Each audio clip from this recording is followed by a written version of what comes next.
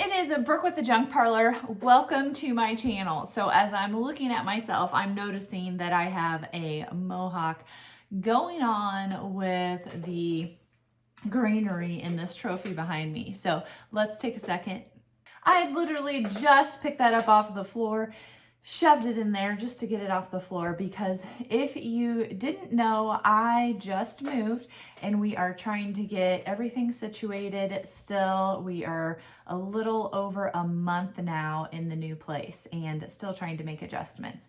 All right, guys, on today's video, I'm going to go over some flea market shopping tips. So as a reseller, I maybe look at things a little bit different than you do if you are just buying directly for your home. But since the big move, we are also kind of shifting or pivoting in my business.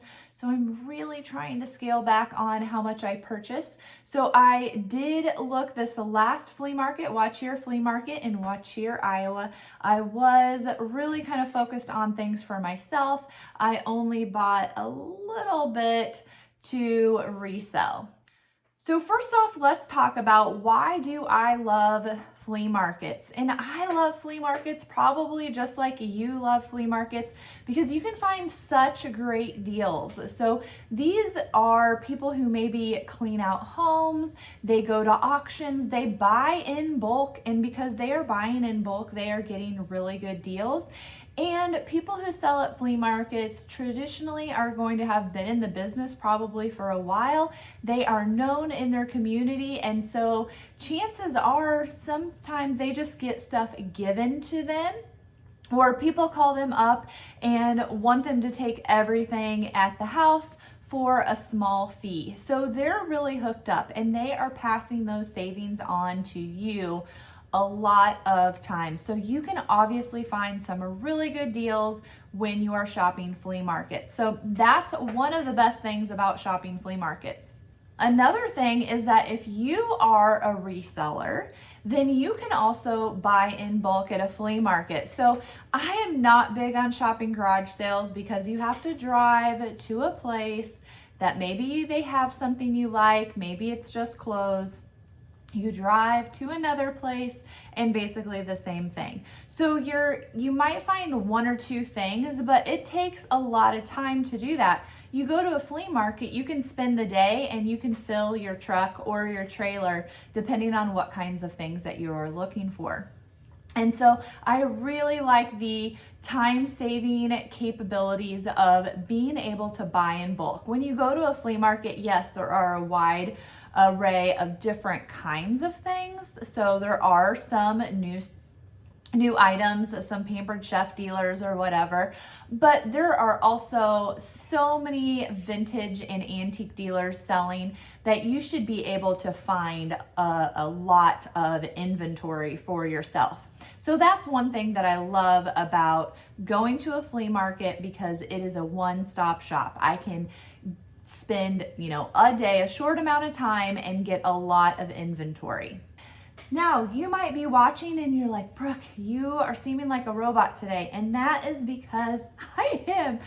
Even just now, my back is lower neck is hurting so bad. So side note, the other day I was lifting, and I already know as an old woman, I have to warm up. There are certain exercises I can't do anything over my head. I should not even do it. But I did because, I was feeling good. And then now I am having to use a very good posture and move around like a robot. So please excuse me, because old women, back and neck problems. So what's another reason that I like to shop flea markets? Well, it is just simply that there is such a wide variety at a flea market. Why is that good? Because, well, for me and my shop, I am very varied. So I have a certain style of things that I like, kind of like you can see behind me. But I also know that if a booth or a shop is very curated, then you're also going to have success at a flea market.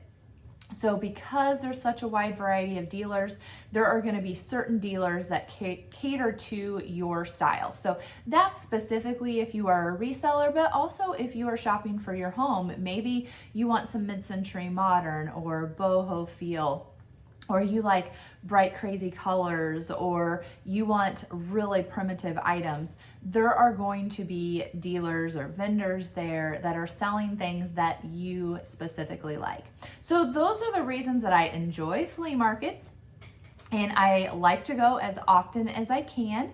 But what are my actual tips for shopping a flea market? Make sure, if you haven't, click subscribe. If you're enjoying the videos, click subscribe, ring the bell. That way, anytime a new video comes up, you will get notified. So one of the tips that I see go out frequently from other dealers is to go early. So I have a girlfriend and we have gone to flea markets together, and that is her biggest thing. Like, if she can't go in the beginning, she really feels that she's missing out on deals. And like, I don't think she would ever go the last day of a flea market. Me, on the other hand, I know that there is literally so much product and inventory at a flea market that there are always going to be treasures to be found. Now, one thing I know also is that shopping, especially as a reseller, you do have to be in the right mood, the right frame of mind. It isn't even necessarily the concept of spending money, I don't think. It's more so just like, I don't know, sometimes you're just like, this is an awesome piece and a good price, but do I really feel like hauling it? Do I have space in my shopper booth? Or do I have space in storage? Or I really like this, and we just kind of get into our heads and I don't know, we're not in the right frame of mind. Maybe you can understand what I'm saying. I know that when I was at Cheer Flea Market, just I think it was last weekend, I was talking to another dealer and they were feeling that. They're like, just don't feel like buying anything, not because of the spending money part, but for other, I don't know, mental reasons. So you do have to be in the right frame of mind. But you can find things in the beginning or in the end if you are truly looking for them, because there is no way that every dealer has seen everything in every booth and discovered all the treasures. Lots of things are leaning against each other, so you have to be able to flip through those. I a lot of times shop the aisle, so if I didn't physically go into the booth, I might have missed it. Also, people are constantly moving things around and rearranging, and sometimes things just don't catch your eye. They move it around because maybe they sold a lot of stuff, and so that's in a different location, and that new location that they put out on Sunday or the third day of the show is a lot more visible. So you are going to see something that maybe somebody that was there earlier in the weekend did not see. Even if we're talking about earlier in the weekend, so let's say a show starts on Thursday, well, we know that a lot of dealers are buying off of each other as they're setting up then on Tuesday or Wednesday. You have people coming on Thursday. Let's say you come on Friday, the show lasts until Sunday. The vendors a lot of times are going to have so much inventory that maybe it won't fit their space. And so they pull things out as things sell. So whoever was there on Wednesday, Thursday, Friday, they didn't even see those things because they weren't out. So when you come on Friday, you are literally seeing something newly put out, okay? So those are some of the reasons that I think that it really doesn't matter when you go, because you're going to see and find treasures that maybe somebody earlier in the weekend missed. So for me, the timing is not that big a deal. That being said, a lot of vendors or a lot of flea markets are going to have a vendor or two who maybe puts out boxed items where everything's $1, or they lay things out on the table, everything is $1. So I know from experience, from setting up at shows, from going before the show is officially open, from going during early bird sales, I know that those $1 items have been looked over by dealers a lot, okay? So I do skip over those $1 boxes unless I am there as the vendor is unloading their trailer. Because when you are there and they're unloading their trailer, you're gonna have, I mean, typically I would say there's anywhere from 10 to 20 people, dealers typically, who are going to be thumbing through those $1 boxes as the person unloads the trailer. So they've really been picked over by the time you get there, if you're not the one to see it come off the trailer. Because as it comes off the trailer, you know, word of mouth and people just mingling around, you know, they know, oh, the guy's here that has the $1 stuff, and they all go to the $1 guy stuff. So even if there's only 20 of you, as they're unloading the trailer, there are people coming to that area, you know, very, very frequently. So that would be one exception to the rule. I do see benefits in going and paying that early bird fee. Not this last one, but a bigger show that I went to in Elkhorn Flea Market, which I will link the video at least in the description. I think their early bird ticket was like $25, and I'm like, oh my gosh, $25. However, it was my very first time being there, and I wouldn't say it's worth $25 necessarily as far as like the scenes, like seeing the merchandise first. What I would say the $25 is worth is less competition, less people, not even competition, just physically less people. So when the early bird was over, the early bird is kind of a 2-day thing at that flea market. So watch the video. Actually, I have a whole series of videos. I think there's 3 or 4 on Elkhorn, but with that one, so it was like an afternoon and evening, and then you'd go in the morning, early bird, and then it became a regular admission or whatever they call it. And trying to shop while everyone was there was darn near impossible, because you are like shoulder to shoulder people on an entire fairground. So acres of land is just nothing but people. So it's really hard to look at stuff, inventory, what they're selling when there are literally shoulder to shoulder people. So if you're claustrophobic at all, if just people in general piss you off, maybe me a little bit sometimes, you're going to want to pay for the early bird. Now, watch your flea market. Their early bird, I would say, is more just because you're going to see the merchandise first. It's not crowded like Elkhorn Flea Market was.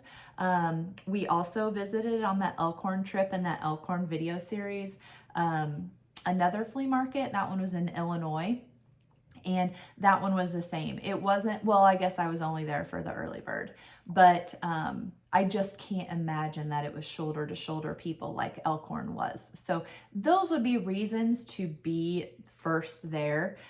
You are going to get exposed to things as people are unloading them off their trailer. So it really just kind of depends on you. But I would say for busy shows like that, get the early bird ticket just so you don't have to fight the crowds. So what's my biggest tip that's probably going to surprise you? And it's just simply bring a car. And I say that so jokingly because I know we have all been there, whether you're at a flea market or, I don't know, somewhere. You are debating, do I take the truck? Do I take the car? Or I have been in times of my life, do I take the truck or do I take my trailer? I'm not sure. Like, I might be going on a pick. Is it a big pick and I need the trailer? It's a small pick and I only need my truck. Whatever you do, what's going to happen? If I take my car to the flea market, I'm going to find so many treasures that I wish I had brought the truck. If I take my truck to the flea market, I find nothing. If I take the truck instead of the trailer, I find so much and I should have brought the trailer. Okay, maybe I can still haul it all, but I spend a lot of time tetrasing and packing it all together to fit in the truck. Whereas if I had had the trailer, I could have just thrown it on there and bought more. If I bring the trailer, I find nothing. So that would be one sarcastic, but seems realistic trick or tip for shopping a flea market. Okay, look at me. I am blonde, I am pale, my neck is a little tan, but that's the tannest part on my body. You have to bring sunblock. You should bring a hat. I know an umbrella maybe is a good idea, but for me it's not. It's just one other thing to carry. So I always am coated in sunblock. I do stop and reapply. Sometimes I wear jeans and just sweat my ass off because I don't want my legs to get burnt and I don't want to have to keep putting on sunblock. But you need to be prepared for sunblock. I have seen people at flea markets who day two, they look like a lobster. We all know how miserable it is when you get fried, especially if you are fair-skinned blonde. You have been burned. I mean, I have skin cancer walking around. Skin cancer. I think I have another one over here.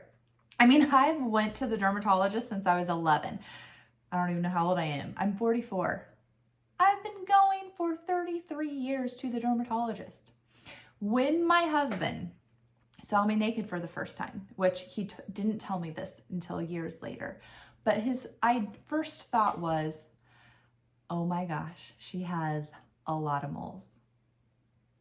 I have been to new dermatologists. Now, in the 33 years of going to the dermatologist, I saw the same guy most of those 33 years.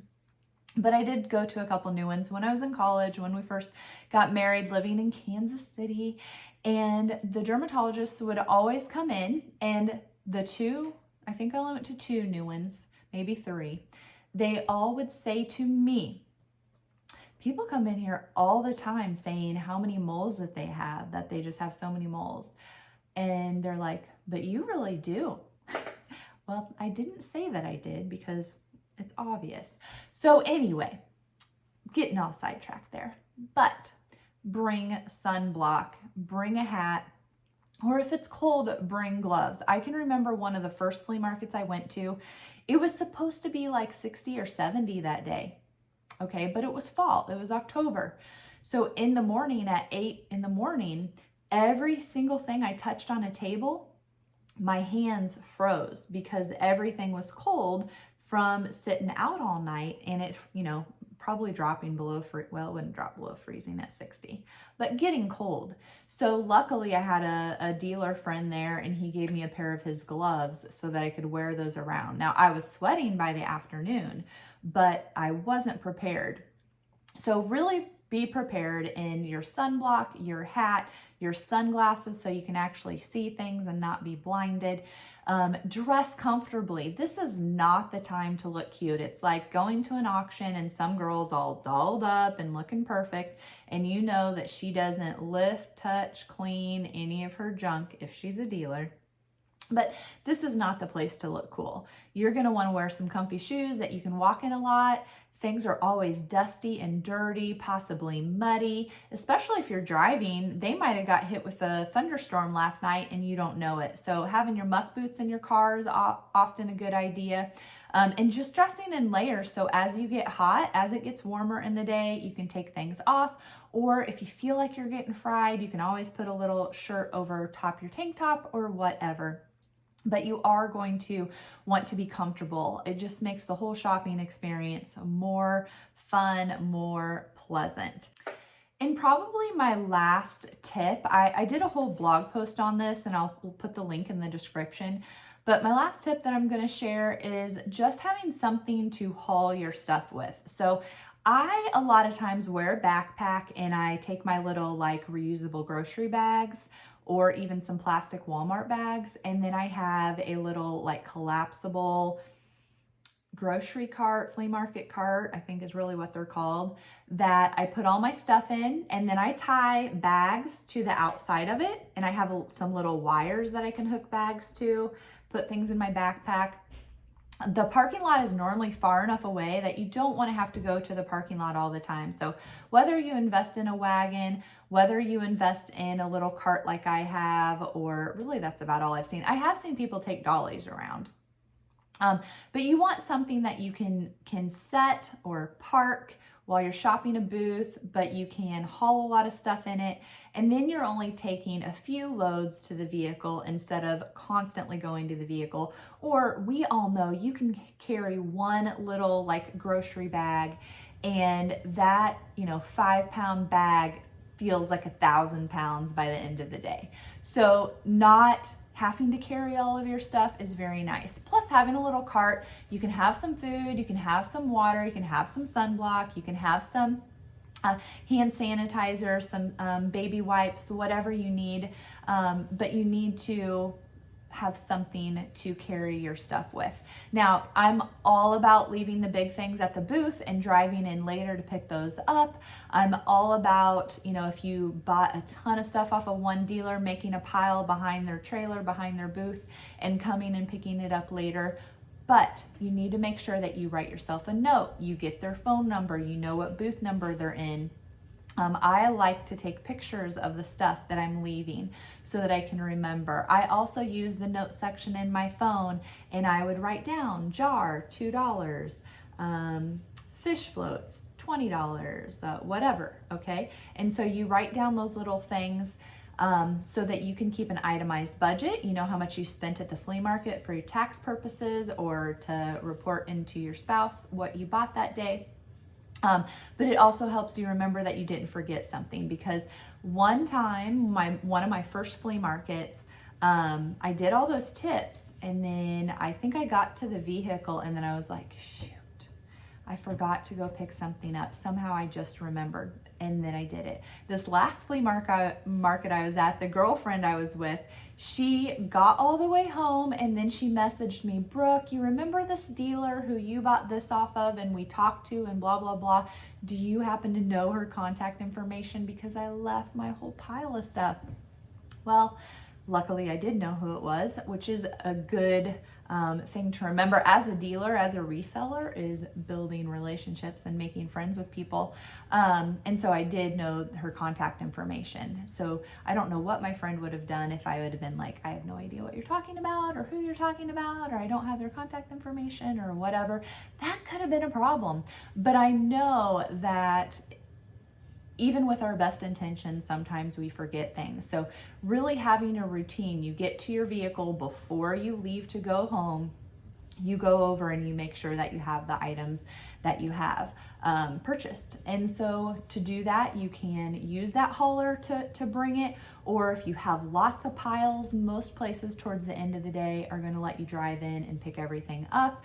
But if you have their phone number, especially if it's not a flea market that you frequent a lot and you really don't have a good lay of the land, or you're just a person that doesn't have the good lay of the land and know your directions, then just get their phone number so they can call you and walk you through exactly where it is you need to go and pick up your stuff. So some kind of way to haul your stuff is very important.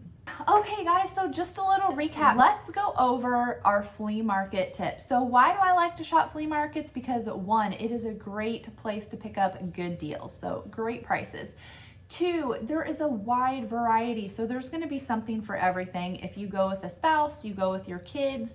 If you are looking for things for your home versus your booth, you're going to be able to find them. The other thing is just being able to buy in bulk, especially important if you are a reseller. If you're just buying for your house, you might not care about buying in bulk so much, but if you have just moved, you are having your first home, you've moved into a larger home, then buying in bulk might be a good thing so that you have lots of decor options for your new house. And then what are my suggestions? Do you go early? Do you not go early? That's really kind of up to you. I would definitely say that there are treasures to be found no matter when you go to the flea market. You do have better odds if you go early, and you do have less crowds if you go early. The other thing is to be prepared. Be prepared with something to haul your treasures with. Be prepared so you don't get burnt, so you're not hot, so you're not cold, so you're not starving, you're not dehydrated, so that you're comfortable, you're not going home and have blisters. You want the flea market to be a pleasant experience. All right, that's all I have for you, and I will see you next time. Be sure to hit subscribe.